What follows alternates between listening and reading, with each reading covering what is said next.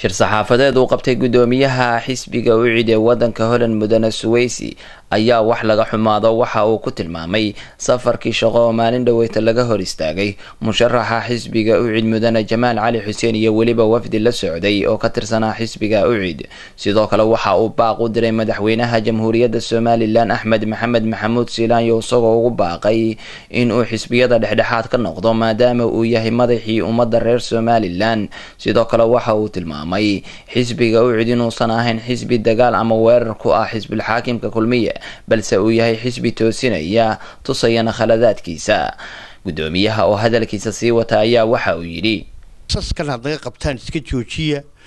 waxun baan la qabanayna waa idin toosinayna de waxaad isku ogtihiin aad qarsanaysaan baanu diidanaa in baanu bulshada u sheegaynaa taa ka ordinaya waa ta aad wax ku qabsan kartaan joojiya waxaanaad magarasa وانا سلام يا سوماليلاند ودان تاهي gaar ahaan madaxweynaha jamhuuriyadda Soomaaliland Axmed Maxamed Maxamuud Siilaanyo waxaan leenahay dhaxbaad ka tahay xisbinimo tiid kulmiye hadduu qaldan yahay waxaan jecelahay inaad madaxweyne joojiso sida musharaxa looga celiyay kontaroolada inayna u dhicin baan jecelahay oo sida magarasa de waxaan filayaa uu dumarkii isku hanjabay hebelay ma kartid iyo hebelay ma kartid xisbiga kulmiye inuu gabadhii kale soo raacay oo ambush nagu sameeyo noo joogsaday ridda de ma jeclintaana mana ogolaanayno kana yeelmayno shalayna waanu idinla halgamayno waanu diidaynay ama yeelayno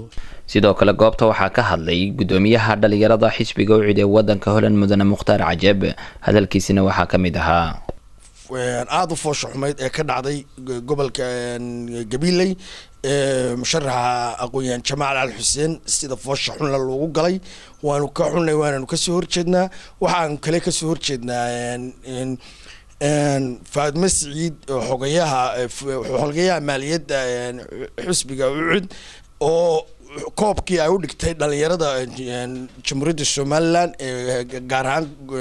مقالة مدة هرجيسة أو صفر حن لوجو سمي أو لقيت شو شيء تانا وانو كحن هاي واسقول سعيد ورك هون كابل مقالة روتردام ودنك هولن